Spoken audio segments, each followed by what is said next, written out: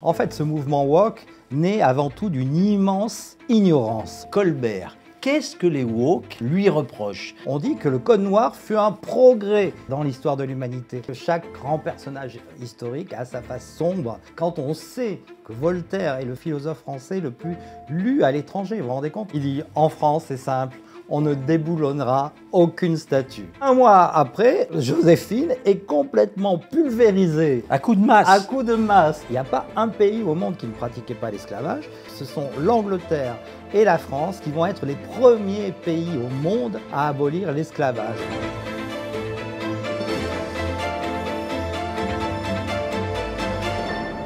Je suis très heureux de recevoir Dimitri Casali. C'est un historien qui fait partie de ces historiens qui vulgarisent comme personne d'autre l'histoire. L'histoire de France, évidemment, mais pas seulement. Dimitri Casali a déjà écrit une quarantaine d'ouvrages. La plupart ont été des best-sellers. On a eu l'Alter Manuel de France, de l'histoire de France. On a eu la désintégration française. Le dernier en date, c'était les 100 dates de l'histoire de France qui ont fait le monde. Et là, vous sortez aux éditions Plomb ces statuts que l'on abat. Parce que, j'ai envie de dire, il y a quelque chose qui vous a donné quelques sueurs et quelques agacements, sources d'agacement, ce sont de voir ces adeptes de la cancel culture qui en viennent près de l'Assemblée nationale, à La Roche-sur-Yon ou autre, à abattre des statues. Oui, abattre des statues qui font partie du patrimoine, qui sont souvent des témoignages du temps passé. Et évidemment, quand on est historien, on éprouve beaucoup d'agacement à cela. Ah bah, tout à fait. Moi qui ai cet amour pour notre patrimoine, parce que l'histoire de France, c'est aussi et avant tout le patrimoine que nos ancêtres nous ont légué aujourd'hui, et d'abattre toutes ces statues, comme on voit là, cette fameuse statue de Colbert, on va y venir, qui ça date tombe bien. quand même, qui a été choisie par Napoléon Ier en 1808. Vous vous rendez compte? Allez, ça fait pratiquement 220 200 ans. Ouais, plus de 200 ans qu'elle est devant l'Assemblée. Et d'un seul coup, au nom de ce mouvement du wokisme, cette cancel culture, on devrait carrément déboulonner cette statue de Colbert sans aucune raison.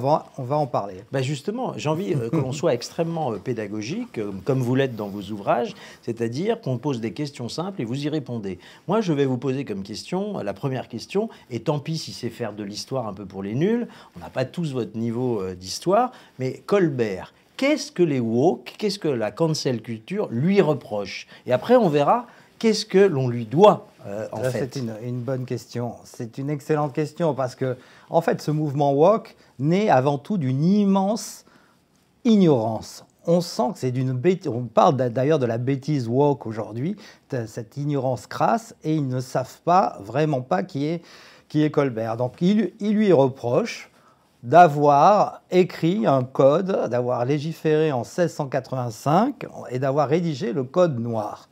Le code, donc, pour eux, c'est un code qui aurait légalisé officiellement l'esclavage. Pas du tout. Mais bon, déjà, quand on replace dans le contexte de 1685, il faut savoir que l'esclavage, cet abominable esclavage, est pratiqué dans le monde entier. Et donc, ce que fait Colbert en 1685, c'est il légifère, il réglemente, c'est la naissance de l'État moderne, sous Louis XIV, c'est vraiment l'organisation de l'État, et il va rédiger, tenez-vous bien, une quinzaine de codes dans tous les domaines. Eh bien, ça, c'est un code, justement, qui est dédié aux plantations, aux colonies françaises, pour essayer de faire cesser l'arbitraire dans ces colonies, cesser que le planteur ait tout pouvoir sur les esclaves, et que, justement, certains historiens célèbres, Olivier Piétré-Grenouillot, Jean-François Niort, ont dit que le Code noir fut un progrès dans l'histoire de l'humanité. Et puis, c'est un progrès pour les esclaves, entre guillemets, puisque ça codifie pour la première fois. Certes, ça n'abolit pas, mais on est encore bien loin, on va y venir, de Victor Schœlcher, mais c'est très intéressant parce que c'est quand même la première fois qu'on se pose la question et qu'on considère la vie des esclaves. Voilà, tout à fait. Donc, les woke n'ont pas compris qu'au contraire, c'est une première tentative pour faire du mieux. parce que cette ignorance, elle naît de leur incapacité à replacer les événements À historiques contextualiser. dans le contexte de l'époque. Et c'est ça la règle numéro 1 en histoire. Et non seulement, donc, désormais, grâce au Code noir, l'esclave a droit à la protection de son maître, hein, il ne peut plus effectivement en faire ce qu'il voulait comme auparavant. Et surtout c'est la fin du chaos, de l'anarchie, et donc la protection s'opère dans toutes les colonies françaises. Et j'ai envie de dire, on doit beaucoup d'autres choses à Colbert. Colbert, mais Colbert, vous vous rendez pas compte qui est Colbert. Moi, j'ai fait ma maîtrise d'histoire sur Colbert. C'est infini. C'était le meilleur ministre de Louis XIV, le plus grand des ministres, puisqu'il occupait, figurez-vous, il faisait le travail de 6 ministres à la fois. Hein, c'était à la fois le ministre des Finances, le ministre des Bâtiments, de l'Architecture, Versailles lui doit une fière chandelle, mais aussi, bien sûr, de la Marine, du Commerce. Et Colbert, qu'est-ce qu'on doit à Colbert? On doit tout simplement le fait que la France est devenue la première puissance internationale de l'époque. C'est considérable. C'était considérable, que ce soit dans les domaines donc, militaires, on peut parler politique, mais même économique. Et surtout, regardez encore aujourd'hui, les conséquences de Colbert sont autour de nous. Si l'industrie du luxe française est la deuxième industrie, la première industrie au monde, mais le premier secteur exportateur en France, après l'aéronautique, c'est encore grâce à Colbert. C'est lui qui va fonder la manufacture des Gobelins, de Saint-Gobain. Saint-Gobain, aujourd'hui, regardez les noms existent toujours. 1666, Saint-Gobain est le numéro 1 international de la verrerie et des matériaux de verre. Et puis, on doit une célèbre aussi théorie économique dont vous pouvez dire un mot, qu'on appelle le colbertisme. Qu'est-ce que c'est le colbertisme pour nos amis qui ne le savent pas? C'est avant tout enrichir l'État en développant justement le commerce et surtout en conservant le maximum de monnaie. C'est ça le mot, de faire venir justement grâce à la vente des produits français.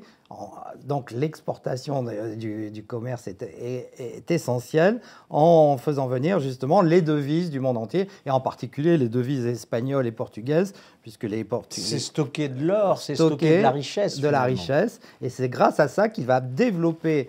On va avoir 140% de croissance du commerce extérieur en moins de 50 ans. Vous ne vous rendez pas compte aujourd'hui, c'est des chiffres qui feraient rêver tous nos ministres de l'économie. Alors, poursuivons la lecture très intéressante de votre ouvrage. Vous parlez de Voltaire. Alors, j'aimerais bien savoir ce que les woke arrivent à reprocher à Voltaire et pourquoi est-ce qu'il faudrait abattre les statues de Voltaire. Nous sommes selon eux, bien sûr. Selon eux. Il reproche à Voltaire d'avoir été un esclavagiste, alors qu'il a défendu justement l'abolition de l'esclavage. C'est le premier à traiter dans Candide 1759 de la libération des esclaves, la nécessité de mettre fin à l'esclavage. On lui reproche d'être anti-musulman. Perse, à l'époque on disait. Voilà, perse, mais en fait, parce qu'au nom de la liberté religieuse, et en fait on lui reproche d'être antisémite au nom... Il a tous les mots, quoi. Voilà, donc c'est hallucinant, alors qu'il a défendu la tolérance religieuse. Alors, c'est ça qu'on ne mesure pas assez. Évidemment, je crois que n'importe quel élève de France, si tant est qu'il soit allé au moins jusqu'au baccalauréat, et Dieu sait que c'est pas si loin que ça aujourd'hui en termes de niveau d'études et d'exigence, mais tout le monde a lu Voltaire, et on cite Voltaire comme étant quelqu'un qui a fait avancer la pensée. Mais c'est ça, le problème, encore une fois, alors ça, il y a tout ce qu'on peut retrouver, même chez Colbert, c'est que chaque homme, grand personnage historique, a sa face sombre et n'est pas toujours absolument impeccable. Il n'est pas d'aujourd'hui, forcément. Voilà. Et donc, ce qu'on peut reprocher effectivement à Voltaire, c'est qu'il avait acheté des parts pour 5000 livres dans une compagnie nantaise un armateur de traite négrière. Et effectivement, il n'était pas toujours ric-rac avec ses pensées. Mais quand on sait que Voltaire est le philosophe français le plus lu à l'étranger. Vous vous rendez compte, on l'appelle le roi de l'Europe. À l'époque, c'était le roi de l'Europe. Il était invité par Frédéric II de Prusse. Catherine II le lisait, lui envoyait des lettres. C'était vraiment le roi de l'Europe. Quand on sait la manière dont il a réussi à faire avancer les idées, justement, d'émancipation, de liberté religieuse et de tolérance, et surtout des droits, de la liberté d'expression, la France lui doit énormément. Il s'est battu toute sa vie, par exemple, pour le droit au blasphème. Le droit au blasphème religieux. Vous vous rendez compte, c'est extraordinaire. Et bien aujourd'hui, nous sommes en pleine régression, car le Conseil de l'Europe, depuis 2018, a voté une loi qui protège justement, qui interdit le blasphème religieux pour lequel Voltaire s'est battu toute sa vie. Donc vous voyez... Et encore une fois, anachronisme, c'est-à-dire qu'on reproche à Voltaire d'avoir des parts dans une société qui pratique le commerce triangulaire, comme on l'appelait à l'époque, mais... À l'époque, encore une fois, les activités du commerce triangulaire ne sont pas interdites. Donc, il ne fait pas ça de façon illégale. On pourrait dire qu'il n'est pas un esprit éclairé du XXIe siècle, mais c'est un des esprits les plus éclairés de l'époque. Absolument. Et puis, c'était aussi, voilà... Et puis on peut rappeler aussi que Candide, c'est une dénonciation de l'esclavage quand même. Candide 1759, avec le fameux passage sur le nègre du Suriname, est enseigné, il faut que vous le sachiez, dans tous les livres de 5e aujourd'hui, comme le livre phare contre l'esclavage. Donc voilà, c'est surtout ça qu'il faut retenir. C'est pas le fait qu'il s'est enrichi, parce que Voltaire était un homme avisé. Effectivement, il aimait bien être à l'aise matériellement, et donc il avait placé ses sous d'une manière qui rapportait beaucoup à l'époque. Bien sûr. Alors je voudrais qu'on parle avec une certaine solennité de ce qui se joue le 26 juillet 2020 à Fort-de-France en Martinique. C'est une scène assez choquante que vous racontez dans votre livre. C'est la statue de l'impératrice des Français, Joséphine de Beauharnais, la première femme de Napoléon, qui ne lui donnera pas d'héritier. Et cette impératrice, eh bien, sa statue va être détruite à coups de masse par une trentaine de Martiniquais furieux, poussant des hurlements, comme vous le disiez, vous le décrivez. Et tout le monde a laissé faire cet abattage de statues, y compris les officiels de la République. Et là, on croit rêver. Parce qu'encore une fois, on peut avoir évidemment de légitimes doutes sur Napoléon, etc. Mais qu'est-ce qu'on reproche au juste à Joséphine de Beauharnais ? Oui, non, mais cette histoire, c'est complètement dingue. Parce que non seulement c'est une statue, je vous le rappelle aussi, qui est une œuvre. Les statues sont des œuvres d'art. Et là, en l'occurrence, c'est un sculpteur élève de David d'Angers, donc qui a une haute valeur artistique, hein, une statue absolument magnifique de 1855. Donc, cette scène est hallucinante parce qu'en plus, elle intervient, il faut le rappeler dans le contexte, un mois à peu près après l'allocution de notre président de la République, Emmanuel Macron. Hein, le 14 juin, le président passe au journal télévisé et il dit « En France, puisque dans le monde entier on était en train de déboulonner les statues, eh bien il dit « En France, c'est simple, on ne déboulonnera aucune statue. » Un mois après, donc la statue de Joséphine... non, attendez, 9 jours. 9 jours pour être... soyons précis. Quelques jours après, 9 jours. Colbert est aspergé de peinture rouge en disant négrophobie. On inscrit sur sa statue négrophobie d'État. Les policiers laissent faire devant l'Assemblée nationale, je vous le rappelle quand même. Alors qu'il y a toujours 4-5 policiers qui ont vu venir ce type. Hein, et qui dit, en plus, je vous épargne les insultes. Hein, il dit à ce gros fils de... Je l'asperge. Bon, et un mois après...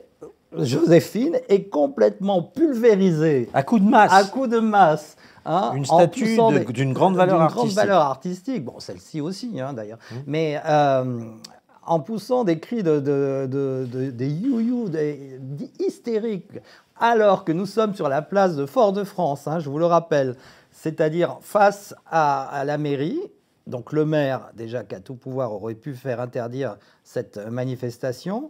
Le préfet est juste 50 à 70 mètres, la préfecture est derrière la mairie. Là encore, pas de réaction. Il aurait pu faire donner les CRS qui étaient présents justement à 100 mètres, qui étaient massés derrière, qui n'étaient pas très loin. On aurait pu au moins protéger cette magnifique statue de notre impératrice. Quand même, je le rappelle, parce que Joséphine, c'est quand même un personnage aussi hors du commun, hein, qui était vraiment...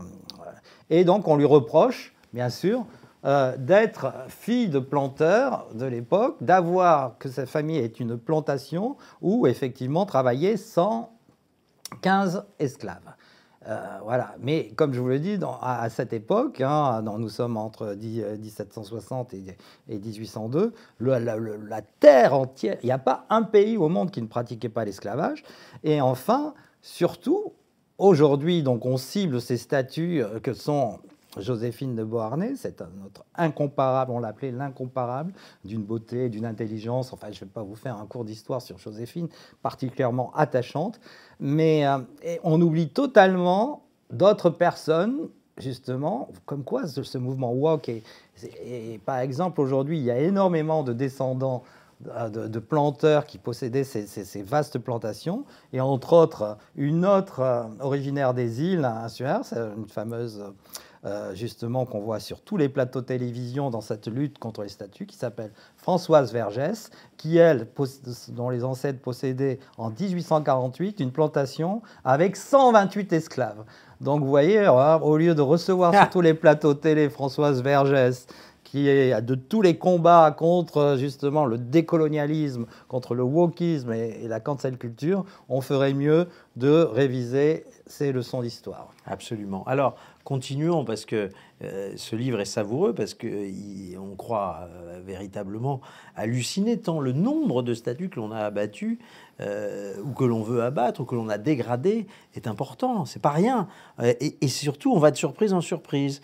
Par exemple, la statue de Victor Schœlcher. Et Victor Schœlcher, il faut le rappeler pour nos abonnés, c'est l'apôtre de l'abolitionnisme. C'est, dans le gouvernement républicain de 1848, c'est le ministre qui va s'y coller et qui va abolir l'esclavage. Et comment est-ce qu'on peut justifier intellectuellement de s'en prendre aussi à lui ? Oui, c'est là, c'est vraiment où on s'aperçoit de la folie de ce mouvement wokiste, cancel culture, d'abattre de Black Lives Matter aussi, hein, qui dirige tout ça par derrière, qui est un mouvement américain très structuré. Et ben, tout simplement, on reproche, alors c'est quand même, Victor Schœlcher, comme vous venez de le rappeler, c'est le responsable. En 1848, quand on replace dans le contexte, c'est-à-dire qu'à l'époque, il faut bien savoir que ce sont l'Angleterre et la France qui vont être les premiers pays au monde à abolir l'esclavage. Hein. L'Angleterre en 1833, la France en 1848. C'est-à-dire que c'est Victor Schœlcher qui va s'y coller et on lui doit tout. C'était vraiment un humaniste, un grand homme, effectivement, qui a, en 1840, dans ce contexte très difficile, voilà, parce que l'esclavage était pratiqué partout et il avait encore une fois le pouvoir, tous les pouvoirs des armateurs contre lui, les pouvoirs commerciaux. On pourrait parler aujourd'hui d'un lobbying extrêmement puissant. Voilà, surtout basé à Nantes et Bordeaux, mais surtout Nantes. Vous voyez, si on rentrait dans les détails, le commerce triangulaire se faisait d'abord à Nantes et Bordeaux faisait du commerce en droiture. Mais aujourd'hui, le maire de Bordeaux croit qu'il faut absolument faire repentance autant que le maire de Nantes. Voilà. Et donc, ce pauvre Victor Schœlcher, donc, qui est vraiment une conquête de l'humanisme, de l'universalisme français. C'est ça, il faut comprendre que ce modèle que nous défendons, c'est le modèle des Lumières, c'est le modèle universaliste français qui défend tout homme est égal en droit. Est égal en droit, sans distinction de race ou de sexe. Hein. C'est la France qui va inventer ce système. Et Victor Schœlcher, justement, on lui reproche de ne pas avoir fait assez en 1848, c'est-à-dire qu'il a essayé que les esclaves, il y avait 200 000, 300 000 esclaves donc, dans les Antilles françaises qui vont être libérés, de ne pas être intervenu assez rapidement, de ne pas avoir fait voter une loi pour que ces esclaves aient un lopin de terre. Et bien justement, si ceux qui ont abattu, on a abattu 3 statues, et 3 bustes de ce pauvre Victor Schœlcher à la Martinique et à la Guadeloupe. Et bien justement, si vous regardez justement les sources et les témoignages, à l'époque, le seul qui s'est battu pour que ces esclaves aient un lopin de terre, ce fut lui, effectivement, mais le gouvernement de 1848 a refusé. Quand on vous écoute, on a l'impression que ces tenants de la cancel culture, il n'y a pas de réel chez eux. On ouvre la boîte de Pandore du révisionnisme historique. 99% des personnages historiques vont devoir être déboulonnés. Même le général de Gaulle n'échappe pas. Donc on voit cette volonté d'éradiquer les racines chrétiennes derrière ces laïcards purs et durs. Contrairement aux États-Unis, contrairement à l'Angleterre, contrairement à l'Allemagne où c'est catastrophique, les Français résistent.